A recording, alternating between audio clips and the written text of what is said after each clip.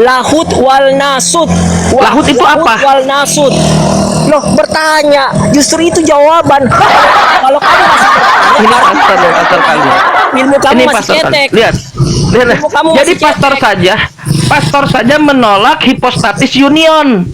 Bagaimana dua sifat itu berunion? Nggak menolak karena dia menolak yang disalib itu Tuhan. Kita dikasih kesempatan untuk menjelaskan, ya. Tadi saya sudah minta. Jangan dipotong-potong. Oh, yaudah, silakan jelaskan duinatur itu apa? Iya, silakan. Tadi kita kembali kepada prapernem itu tadi, ya. Allah artinya dewa bulan. Jelas itu Enggak. dari kata alihatul lakihatur. Tunjukkan datanya. Banyak orang Tunjukkan datanya. Makanya pelajari, makanya begini. Kamu baca Tunjukkan mitologi datanya. Arab, kamu baca mitologi Arab, karangan penulisnya adalah Dr. Mahmud Salim Boleh, Al-Hud. tunjukkan, silakan datanya, tunjukkan.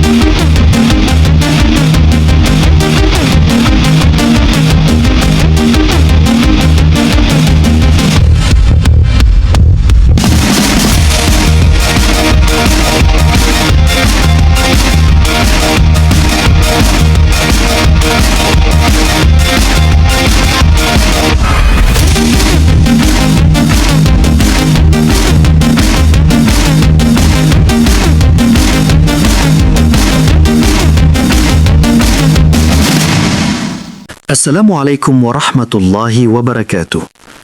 Alhamdulillah, puji syukur kita panjatkan kehadirat Allah Subhanahu wa taala. Berjumpa lagi di channel Apis Dakwah. Channel yang akan memperlihatkan beragam diskusi dan debat lintas agama antara Islam dan Kristen. Di sini kita akan sama-sama menyimak bagaimana para apologet Islam menjelaskan kebenaran agama Islam dengan dalil dan logika, serta bagaimana pihak Kristen bertanya dan menanggapi keyakinannya. Lewat diskusi dan perdebatan ini, kita tidak hanya menyaksikan adu argumen, tetapi juga belajar memahami perbedaan cara pandang tentang Tuhan, wahyu, dan keselamatan. Nah, dari ini mari kita simak saja videonya sekarang.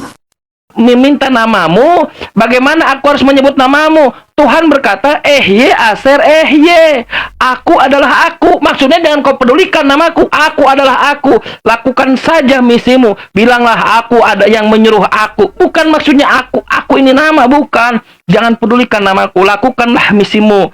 Diterjemahkan dalam Septuagint hoon. Makanya kalau proper name tidak mungkin diterjemahkan.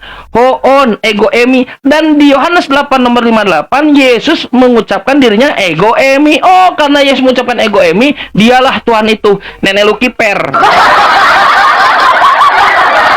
Paulus menyebut bukan nenek lu kiper, nenek lu wasit. Kalau setiap orang menyebut ego emi, berarti setiap orang Tuhan. Yohanes menyebut dirinya ego emi, Paulus menyebut dirinya ego emi. Kenapa begini? Karena sangat kepayahan mendalil Yesus Tuhan. Dihubung-hubungkan semua. Ehye Aser Ehye diterjemahkan dalam Septuagint itu hoon. Jauh. Kalau proper name nggak mungkin terjemahkan. Hoon. Saya punya teman, namanya orang Inggris, orang Barat, namanya Black. Mr. Black. Black itu artinya hitam. Datang ke Indonesia tidak mungkin saya Mr. Hitam. Mana? Ya, tetap Mr. Black. Kenapa tetap Mr. Black? Karena proper name. Proper name itu nggak bisa diterjemahkan. Anda cari scholar dari kutub selatan sampai kutub utara, dari lubang tikus sampai lubang ular, tidak pernah ada scholar yang mengatakan proper name bisa diterjemahkan. Nggak ada. Proper name itu harus ada seadanya. Kalau dia Black, datang ke Indonesia paspornya Black, visanya Black, dokumen-dokumennya Black, KTP-nya Black, ID-nya Black, dipanggil juga Black. Nggak ada yang bisa manggil hitam. Kalau dia Tuhan itu kalau dia bukan proper name, dia terjemahkan. Ehye Aser Ehye bukanlah proper name. Itulah cara Kristen mendalili Yesus Tuhan. Seriusan.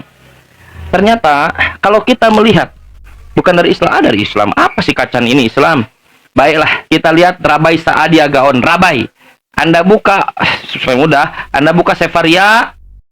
Teman-teman Kristiani, ini akan buat Anda shock seriusan. Kalau Anda benar-benar mau buka, Anda buka Sefaria, Anda buka Tanah, Anda buka Bereshit atau Genesis, nggak ada kejadian di sana. Kejadian, kecelakaan. Anda buka Bereshit atau Genesis, Anda buka Deuteronomi, karena bahasa Inggris, Deuteronomi itu ulangan. Deuteronomi, Anda buka pasal 6, Anda buka nomor 4, Anda akan menemukan kata alif, lam, ha dalam bahasa Arab, dalam transliterasi bahasa Inggrisnya ALLAH. Hari ini kita bisa menyaksikan dalam buku mereka, dari ulama mereka, bahwa nama Tuhan itu adalah Allah. Ketika mereka membuat Arab Judeo, tafsir Asag, dan 4 tetragramaton, 4 huruf tetragramaton, Yod, He, Vav, He, Allah. Logik di awal tadi kan, tidak mungkin Tuhan yang satu namanya aneh-aneh, beda-beda. Yang satu bilang ini, yang satu bilang ini, beda. Agamanya beda-beda, nggak mungkin. Ini ajaran yang didevelop jauh ratusan tahun setelah Yesus terangkat ke langit. Teman-teman sekalian, Yesus, lalu apa agamanya Yesus ini? Yesus adalah seorang Muslim. Dia seorang yang berserah diri kepada Tuhannya. Galatia pasal 4 nomor 4, Yesus takluk tunduk kepada hukum Taurat. Aku berkata-kata bukan dari diriku sendiri, melainkan dari Bapa yang telah mengutus aku. Berserah diri dalam bahasa Arab, seorang Muslim. Makananku adalah mengikuti kehendak Bapakku yang telah mengutus aku. Seorang Muslim, saudara. Dia orang yang soleh, orang yang berbakti pada orang tuanya, orang yang soleh, orang yang diberkahi. Yesus yang asli itu dia tidak terkutuk, saudara. Dia tidak diludahi, saudara. Dia tidak ditonjok, enggak ditonjok. Demi Allah, dia tidak disalib, dia tidak mati berdasarkan Markus, Matius, Lukas, Yohanes. Bible Anda menarasikan itu. Karena kesolehannya, doanya didengar oleh Tuhan yang mampu menyelamatkannya dari maut. Karena kesolehannya, doa Anda didengar oleh calon istri yang sedang baca WA. Itu, saudara. Itu no konsekuensi logis. Karena kesolehannya, doanya didengar oleh Tuhan yang mampu menyelamatkannya dari maut. Yes. Makanya Yesus dalam Bible dia tidak mati.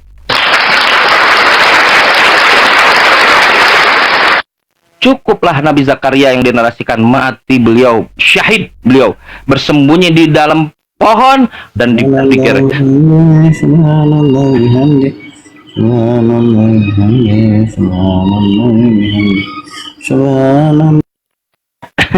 Lagi zikir beliau, insyaallah. Cukuplah Nabi Yohanes atau Nabi Yahya yang beliau harus meregang nyawa. Allah tidak berkehendak itu kepada Nabi Isa, Nabi Yesus. Satu-satunya dia salah satu yang lahir tanpa ayah. Bayangkan begitu berharganya dia. Bahkan Tuhan akan menjanjikan spesial buat Nabi Yesus ini. Dia akan turun lagi nanti kelak untuk menyelesaikan PR-nya nih. Karena banyak PR yang dibuat, yang harus dia selesaikan, yang bukan dibuat oleh dia gitu. Orang Kristen pada hari terakhir banyak orang akan berseru kepadaku, Tuhan, Tuhan, berbondong-bondong datang pada Yesus. Tuhan, my Lord. Dan seorang Inggris, my Lord. Datang orang Indonesia dari Salemba, Tuhan. Datang di tengah-tengah perjemah. Kenapa kau terjemahkan Tuhan? Mereka di sana. Pada hari ini aku akan berterus terang kepada mereka. Enyahlah kalian dari hadapanku, aku tak kenal kalian. Enyahlah dari hadapanku, aku tak kenal kalian. Kalian semua pembuat kejahatan. Itu yang dikatakan dalam Bible. Tidak mungkin, Pak, kalau seorang Muslim dia harus menuhankan orang, nggak mungkin. Seorang Muslim itu menuhankan Tuhan.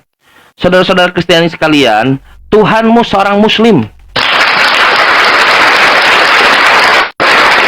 Tuhan Anda seorang Muslim, saudara.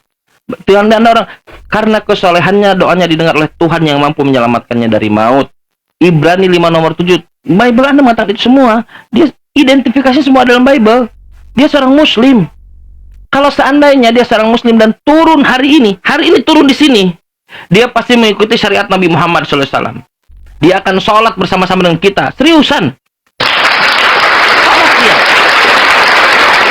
dia akan sholat, dia akan bayar zakat. Saya tahu Yesus ini dinarasikan dalam Bible orang miskin dia. Waktu akikah, waktu dia lahir akikah, yang lain itu domba, dia malah belum tekukur. Asli tuh. Baca Lukas 2:21 kalau tidak salah.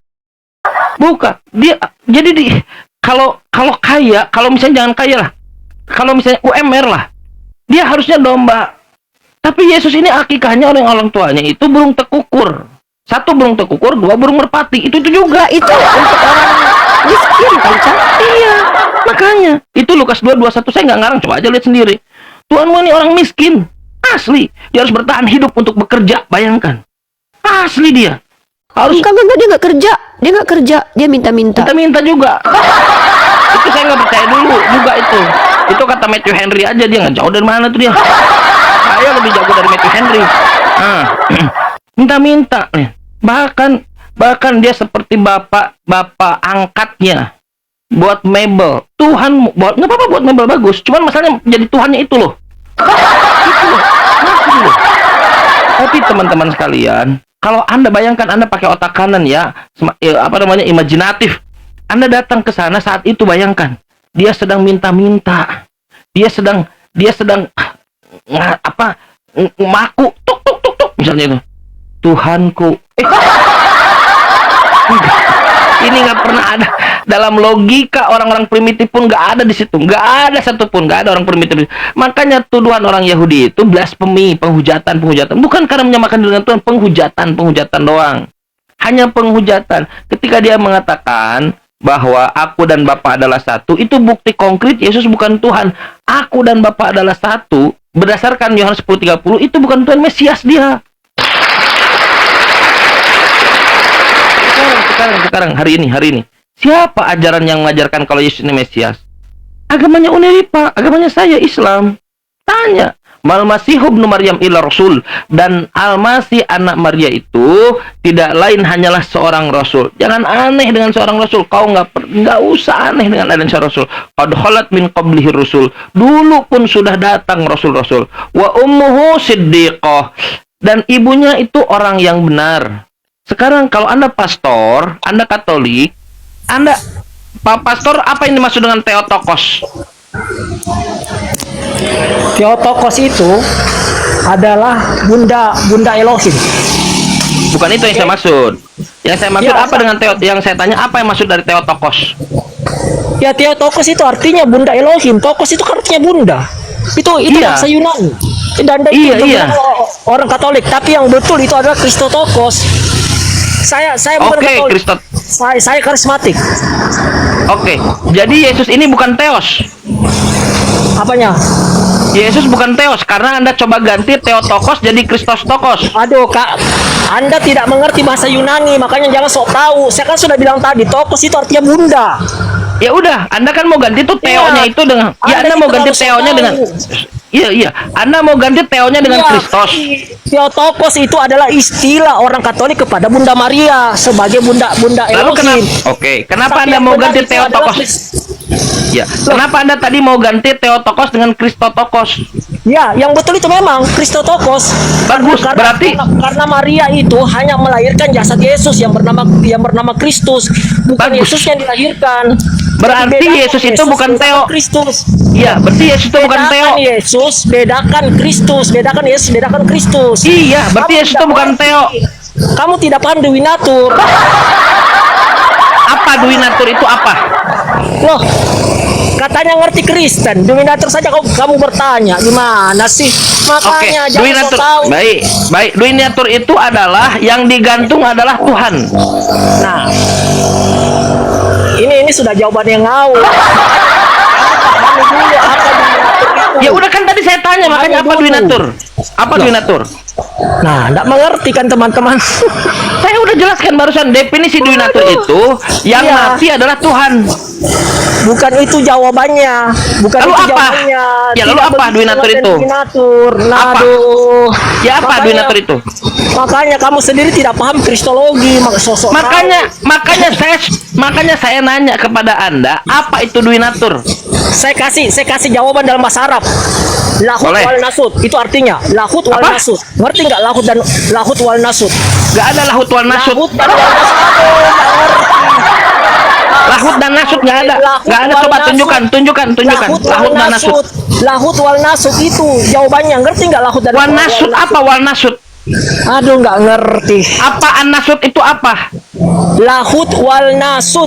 Lahut itu apa? Wal nasut. Loh, bertanya. Justru itu jawaban. Kalau kamu masih Ini bertanya, pastor kali. ilmu kamu Ini masih pastor kali. cetek. Lihat. Ilmu kamu Jadi masih pastor saja menolak hipostatis union. Bagaimana dua sifat itu berunion? Nggak menolak karena dia menolak yang disalib itu Tuhan. Kesempatan untuk menjelaskan, ya. Tadi saya sudah minta. Apa ya? Jangan dipotong-potong. Oh, yaudah, silakan jelaskan duinatur itu apa? Saya. Iya, silakan. Tadi kita kembali kepada prapernem itu tadi, ya. Allah artinya dewa bulan. Jelas itu Enggak. dari kata alihatul lakihatun. Tunjukkan datanya. Banyak orang Tunjukkan muslim datanya. Makanya pelajari makanya begini. Kamu baca Tunjukkan mitologi datanya. Arab, kamu baca mitologi Arab, karangan penulisnya adalah Dr. Mahmud Salim Boleh, Al-Hud. tunjukkan, silakan datanya, tunjukkan. Alihatun, tunjukkan alihatun. Coba saya tanya, Pastor, arti kata alihatun itu apa dalam bahasa Arab? Alihatun itu dalam bahasa Arab kuno artinya dewa. Hah?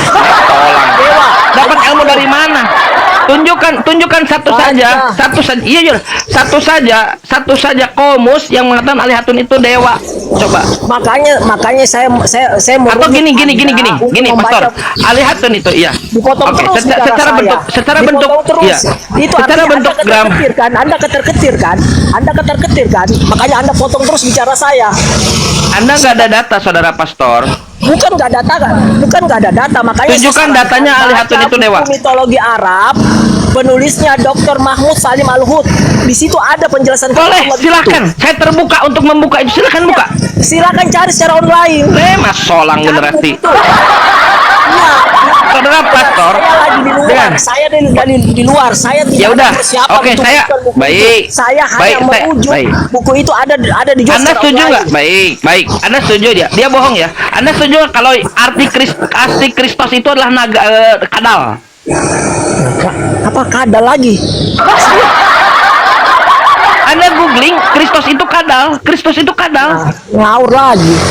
Yesus itu kadal asli. Yesus itu kadal. Ngawur terus. Bukan dia lah. Loh, kok ngawur? Modal ngawur dan cocokologi dan Kok cocokologi? Cuma Anda itu coba saja googling, modal Anda berbicara saudara. di sini. Pastor, Anda nyuruh ke saya cari. Nah, Anda sekarang cari kadal Yesus. Ini diskusi sudah tidak sehat ini ya. Sudah Anda lari ke tidak ada kadal data. lah. Mana ada sehat kau tidak menunjukkan data satupun? Saya tanya, saya alihatun sudah itu, bilang, saya lagi di luar. nih, Saya alihat. di Oke, rumah, saya yaudah. lihatkan bukunya. Yang bisa, oke, saya tidak tanya literatur, sekarang tanya pemahaman. Alihatun itu bentuknya singular atau plural?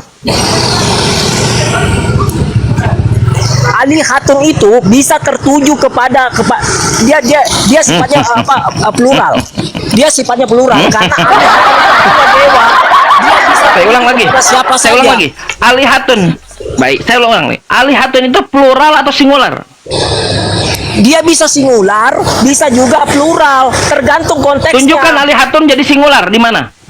Ketika itu ditujukan kepada dewa bulan, kepada bulan, dia bersifat singular. Gimana? Coba buat kalimat ini. Coba buat. Saya menyembah satu dewa bulan. Coba gimana bahasa Arabnya? Alihatun itu kan artinya dewa. Bukan itu. Ini nih. Ini Pastor dengar. Saya ingin tahu bahasa Arabnya. Saya menyembah dewa bulan. Coba gimana bahasa Arabnya? Pakai alihatun.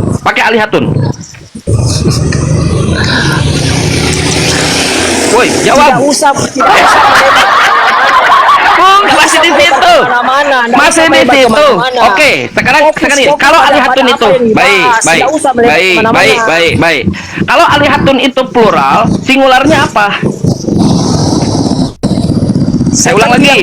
Kalau alihatun ini sesuatu yang tidak perlu referensi ya, karena dia sedang di luar. Oke, nggak apa-apa. Kalau alihatun itu plural, lalu singularnya apa? dengar dulu.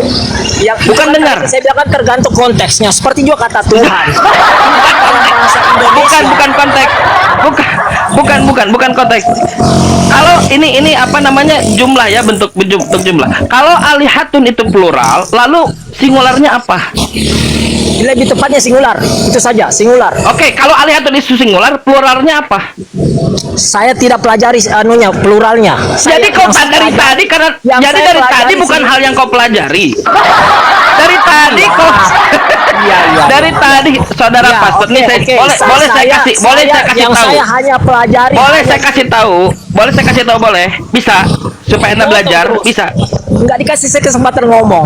Artinya kamu sudah- Anda diberi kesempatan untuk menjawab dari tadi. Oke, Kalau saya alihatun jelaskan. itu singular, Oke, pluralnya saya apa? tidak mempelajari sebutan yang lain. Cuma itu saja. Alihatun, lahihatun itu adalah Singularnya apa kalau itu plural? Ya itu sudah singular itu. Alihatun itu singular merujuk kepada Pluralnya apa? Pluralnya apa? Saya kan sudah bilang, saya tidak pelajari pluralnya. Yang saya hanya pelajari itu Anda kan singular. belajar satu kata itu. Kalau satu kata itu di apa namanya singular dan plural harusnya tahu dong satu paket Iya. itu. Nah sekarang pluralnya sudah apa? bilang, saya tidak pelajari pluralnya. Saya hanya Berarti yang tadi pelajari- Anda lakukan itu bukan hasil pelajaran. Anda hanya ngomong kosong. Jelasnya, Alhamdulillah Allah difitnah Dewa Bulan ternyata hasil dari omong kosong, bukan dari pembelajaran. Nah sekarang saya tanya Pak Pastor, sekarang tanya, Tuhan Anda itu namanya Yesus, jabatannya anak atau bapak? Dia adalah firman, dia adalah sabda, dia adalah Bukan perkataan. itu yang saya tanya. Dia nggak nanya itu. Yesus itu adalah anak, adalah firman. Anak itu artinya firman, sabda. Anak bukan bapak. Jangan artikan anak secara biologis, artikan Anak bukan secara bapak. teologis. Bukan itu yang saya tanya. Iya, secara teologis Anda, secara teologis. Nah. Saya ulang pertanyaannya. Secara teologis, apakah Tuhan Anda yang bernama Yesus itu anak atau bapak? Dia bapak dan anak. Dia satu pribadi. Oke, baik. Satu pribadi. Jadi Yesus itu bapak. Ya. Bagus. Karena dijelaskan di dalam Bible. Ya. Paulus mengatakan bahwa Yesus itu adalah Bapa dan Petrus pun juga mengatakan hal yang sama. Makanya kalau memang kamu tahu Injil, pasti kamu bidat sudah tahu Katolik ayatnya ini. itu. Anda apa karismatik tadi, bukan Katolik? Saya karismatik. Oke, siap. Oke. Jadi ketika Yesus mati, Bapak mati. Yang tersalib itu kostumnya, bukan Yesusnya. Coba gimana? Elaborasi sebentar. Elaborasi masalah kostum itu coba gimana? Kesempatan menjawab. Iya, Kamu silakan. tidak terus Silakan. kasih- Iya, Kamu ini potong kesempatanmu. terus. Iya, silakan. Kostum itu elaborasi coba. Begini, pada saat Roh Yesus Roh Yesus proses meninggalkan kostum itu kan berseru, ya Eli lama sabaktani, ya Elohim, mengapa kau meninggalkan aku? Itu pada saat proses Roh Yesus mau meninggalkan jasad itu artinya bahwa yang tersalib itu kostumnya yang bernama Kristus itu, bukan Yesusnya yang tersalib. Itu yang harus kalian pahami. Oke. Jadi tidak ada Tuhan yang mati. Tidak ada, Tuhan tidak akan pernah mati. Tidak bisa mati Tuhan. Iya, yang mati itu cuma kostumnya saja yang mati di kayu salib, Sip, bukan Yesusnya bagus. yang mati. Kalau Tuhan tidak bisa mati dan tidak ada Tuhan yang mati, ada nggak Tuhan yang datang mati menebus dosa Kristen? Dengar dulu. Saya ulang. Fokus. Pastor, kalau dialog dengan saya fokus. Kalau Tuhan Ya. tidak mati menurut pastor, tidak ada Tuhan yang mati menurut pastor, Tuhan tidak mati dan tidak ada Tuhan yang mati, apakah ada Tuhan yang datang mati menebus dosa Kristen? Dengar dulu. Penembusan dosa itu sudah ditebus. Enggak, saya tidak tanya itu. Korban penebusan dosa. Jasad Nggak ada itu yang nanya yang itu. ada di kayu salib itu sebagai korban penebusan dosa. Nggak ada yang nanya itu. menggantikan domba-domba yang selama ini menjadi korban. Tidak ada yang nanya itu. Dengar, fokus dengan pertanyaan saya. Jika Tuhan tidak mati dan tidak ada Tuhan yang mati, pertanyaan dengarkan. Apakah ada Tuhan yang datang mati menebus dosa Kristen? Tidak ada Tuhan yang mati untuk menebus dosa Kristen kecuali kostumnya Kostumnya yang dijadikan kurban, kostumnya yang dijadikan kurban. Iya. Jadi Sama tidak ada seperti Tuhan Allah. yang datang iya, jadi tidak ada Tuhan yang datang untuk mati. Tidak ada Tuhan yang datang untuk mati. Yang mati itu adalah kostumnya. Kostumnya yang mati, yang dikurbankan Bahkan di untuk salib. menebus dosa Kristen. Ya, penebusan dosa itu melalui kostum itu. Yang kostum itu penebusan dosa. Kan selama ini sebelum Yesus hadir ke dunia yang menjadi kurban penebusan dosa itu kan domba-domba. Nah, kostum itulah sebagai pengganti domba-domba itu. Kostum ini bisa nggak saya sebut manusia? Iya, dia memang manusia. Oke. Memang Jadi dia manusia. Anda ditebus, baik. Jadi Anda ditebus oleh darah manusia. Ya, oleh darah kostum itu. Oleh darah manusia. Iya, darah kostumnya Yesus. Iya. Oleh kematian manusia. Oleh kematian kostum itu. Manusia. Ya, manusia. Tapi dia manusia luar biasa, bukan manusia biasa kayak kita. Iya, manusia pokoknya kan. Ya, tapi beda lah. Manusia itu mati menebus dosa kalian.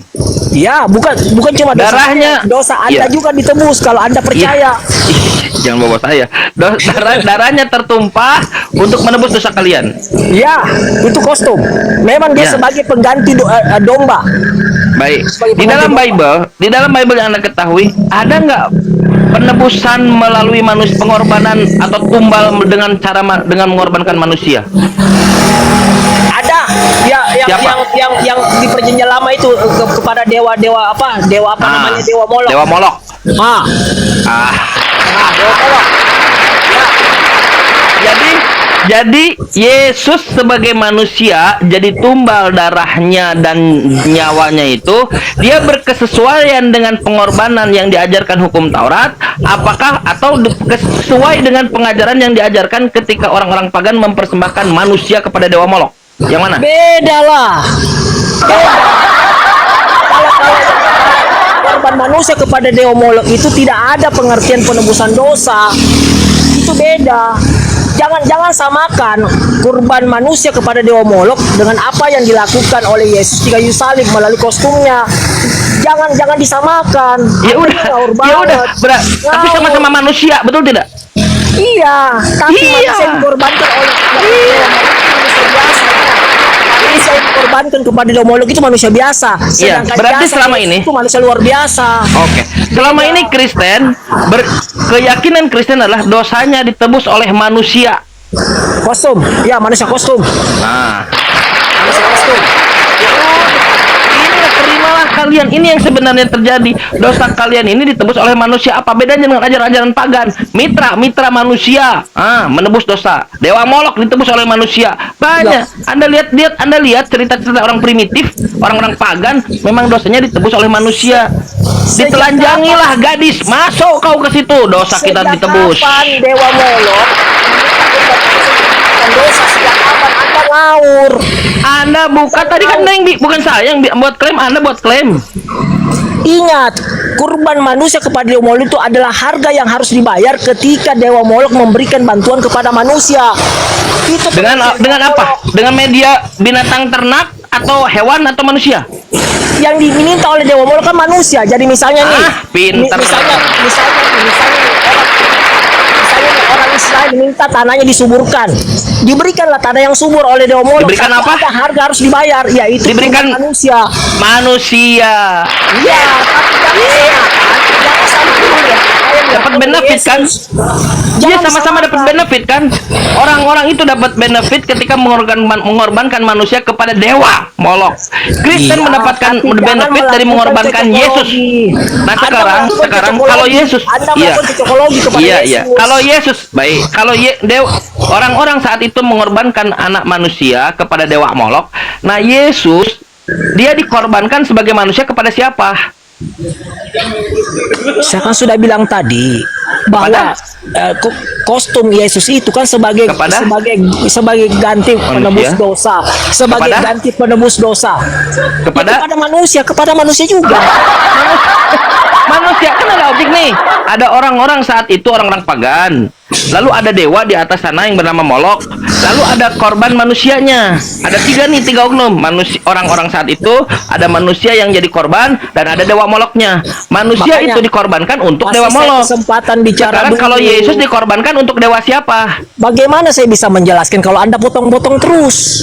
Udah, saya sudah selesai barusan terakhir. Silakan.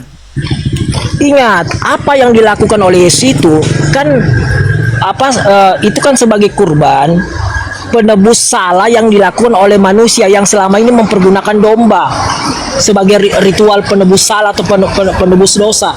Nah, kostum Yesus itulah sebagai pengganti dari domba-domba itu. Diserahkan supaya kepada? lebih simpel dan lebih praktis. Iya, tapi saya nggak nanya itu. Diserahkan kepada siapa? Kalau manusia tadi kepada dewa Molok, kalau manusia Yesus kepada siapa? Ya pasti diserahkan kepada Tuhan. Itu pasti. Ada berapa Tuhan yang Anda yakini? Satu. Yang mana? Pribadi saja, cuma satu pribadi saja. Bukan Yesus. Waduh. Bukan Yesus. Yesus menghandle dosa-dosa lalu dihancurkan di kayu salib melalui Saudara kostumnya. pastor, Yesus diserahkan kepada siapa? Kepada? Yesus tidak diserahkan kepada siapa-siapa. Lalu dikorbankan kepada siapa dia? Yesus mengorbankan kostum yang digunakannya Kepada? itu. Kepada? Ya kepada dirinya sendiri. Yesus mengorbankan kepada Yesus. Aduh. Aduh. Kan dia sendiri Yesus. Kesempatan dulu bicara. Dari tadi Anda Begini. bicara makin hancur. Begini, Yesus mempergunakan kostum itu.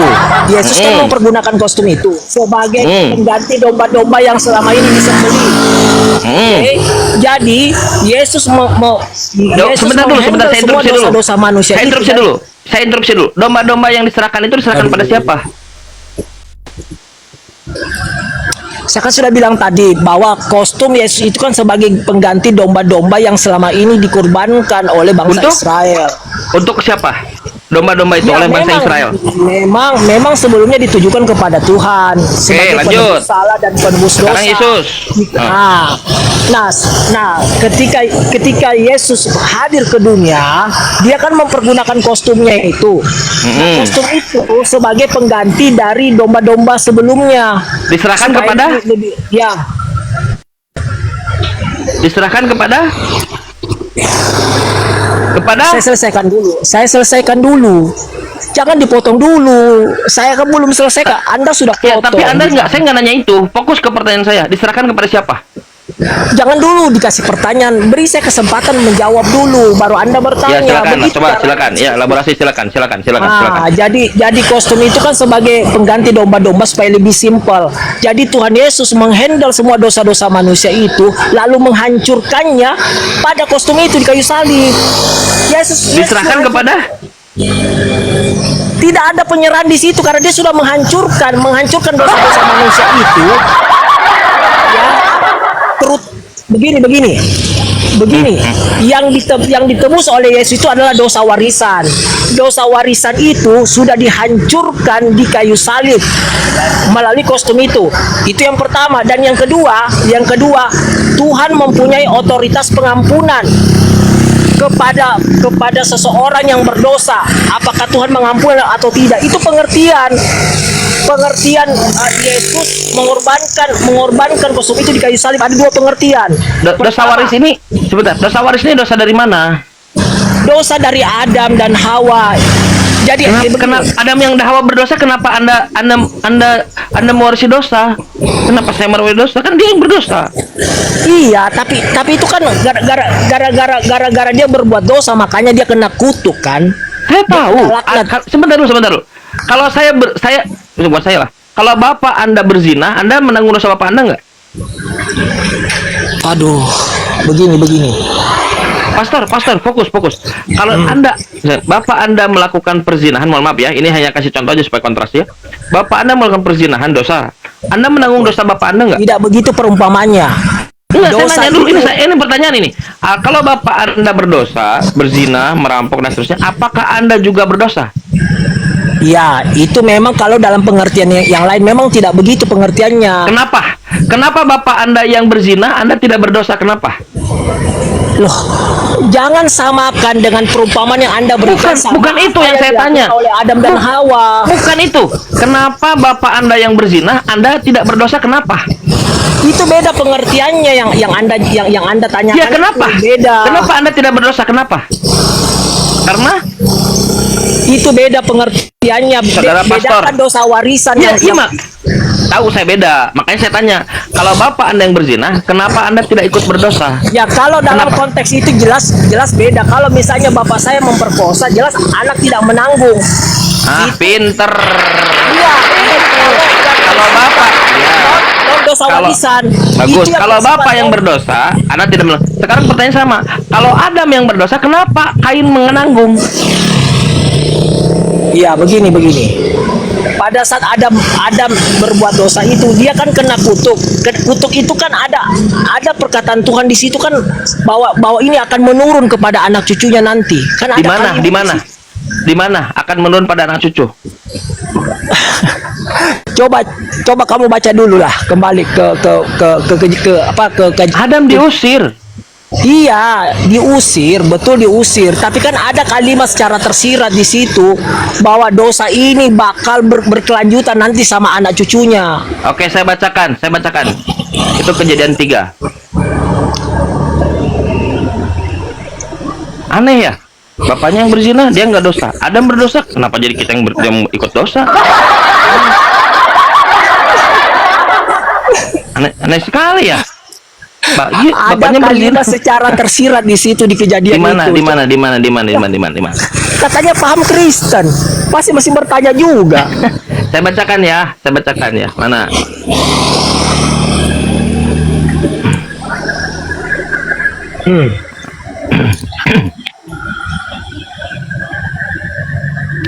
Mana? Nih kutukannya ya. Lalu tuh setelah ketahuan lah ya, mana nih, setelah ketahuan, firmannya. Ya, setelah ketahuan ya, mana? Siapakah yang memberitahukan engkau bahwa engkau telanjang? Apakah yang kau makan dari buah pohon yang kau makan dari buah pohon yang kularang engkau makan itu? Tanda tanya. Manusia itu menjawab, yang maksud Adam. Perempuan yang kau tempatkan di sisiku, nyalahin Hawa, dia nyalahin perempuan. Perempuan yang kau tempatkan di sisiku, dialah yang memberi dari buah pohon itu kepadaku, maka aku makan. Jadi dari perempuan. Setelah itu Tuhan nanya ke perempuannya. Kemudian berfirmanlah Tuhan kepada perempuan itu, apakah yang kau perbuat ini? Tanda tanya. Jawab perempuan itu. Dia nuduh lagi sekarang. Ular yang memperdaya aku. Dari Adam ke perempuan, sekarang ke ular. Masolang. Ular yang memperdaya aku, maka aku makan. Lalu berfirman Tuhan kepada ular itu, karena engkau berbuat demikian, terkutuklah engkau. Ular dulu nih. Terkutuklah engkau di antara segala ternak. Ular binatang ternak. Bagus. Dan di antara segala binatang hutan, dengan perutmu lah engkau akan menjalar, dan debu tanah lah yang akan kau makan seumur hidupmu. Ular makan debu tanah di dalam Bible. Lanjut lagi. Aku akan mengadakan permusuhan antara engkau dan perempuan ini, antara keturunanmu dan keturunannya. Keturunan akan meremukan kepalamu, dan kau akan meremukan tumitnya. Nggak ada tuh dosa keturunan. Salah baca Anda. Firmannya kepada itu baru dari ular, bukan. Sekarang perempuan, belum ke Adam. Aneh, salah baca dia, pantesan pemahamannya salah. Sekarang ke perempuan. Firmannya kepada perempuan itu, tadi ular. Ini salah baca kok ini, dasar pastor salah baca. Tapi di sini bagus, kau jadi edukasi. Sekarang firmannya kepada perempuan itu, susah payahmu waktu mengandung akan kubuat sangat banyak, dengan kesakitan engkau akan melahirkan anakmu. Lihat ini khurafat namanya. Khurafat. Mana tadi? Melahirkan anakmu. Namun engkau akan birahi kepada suamimu, dan dia akan berkuasa atasmu. Lalu firmannya kepada manusia, karena engkau mendengarkan perkataan istrimu dan memakan buah pohon yang telah kuperintahkan kepadamu, jangan makan daripadanya, maka terkutuklah tanah. Tuh, Adam yang salah, tanah yang dikutuk. Apa ini? Kalau saya jadi tanahnya, apa salahku? Dasar. Dari setiap perbedaan pandangan, kita belajar bahwa kebenaran tidak selalu lahir dari siapa yang paling keras berbicara, tetapi siapa yang paling jujur. Semoga diskusi ini mengajarkan kita untuk tidak mudah menilai, tetapi berani memahami. Karena sejatinya perdebatan lintas agama bukan sekedar adu argumen, melainkan perjalanan panjang untuk mengenal Tuhan dengan cara yang bijak. Jika menurutmu ada hal yang menarik atau mungkin berbeda dari keyakinanmu, tulis pendapatmu di kolom komentar dengan santun. Terima kasih sudah menyimak sampai habis. Sampai ketemu lagi dan nantikan video debat dan diskusi para apologet Islam selanjutnya. Assalamualaikum warahmatullahi wabarakatuh.